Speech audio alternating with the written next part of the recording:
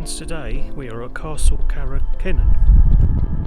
Carreg Cannon Castle is located in Carmarthenshire in southwest Wales on a high rocky outcrop overlooking the River Cennen. Castell Carreg Cennen means castle on a rock next to the River Cennen.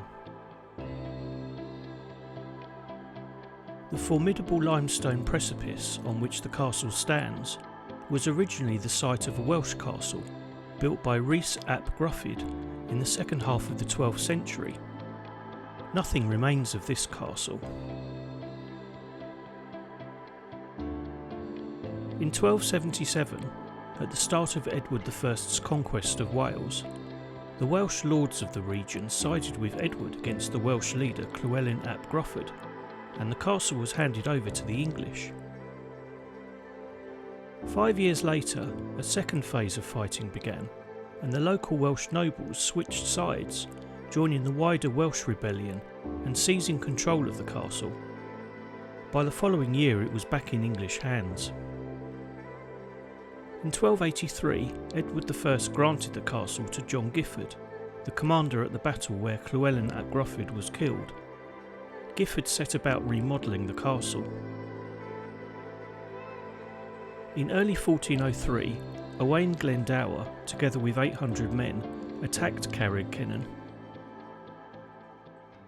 But although inflicting severe damage to the walls and laying siege for several months, they failed to take the castle. The castle was defended by Sir John Scudamore of Hertfordshire, who would go on to marry one of Glendower's daughters just a few years later. By 1409, the damage was repaired, and by the mid-15th century had come into the possession of the Duchy of Lancaster under the guardianship of Gruffydd ap Nicholas.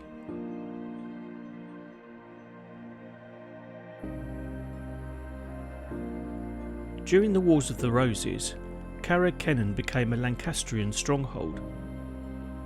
The Yorkist victory at the Battle of Mortimer's Cross in 1461 forced Gruffydd's sons to surrender the castle.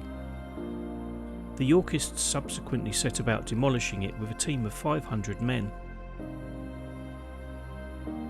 Ownership of the castle passed to the Vaughan and Caldor families, and from the 18th century it started to attract artists such as Turner.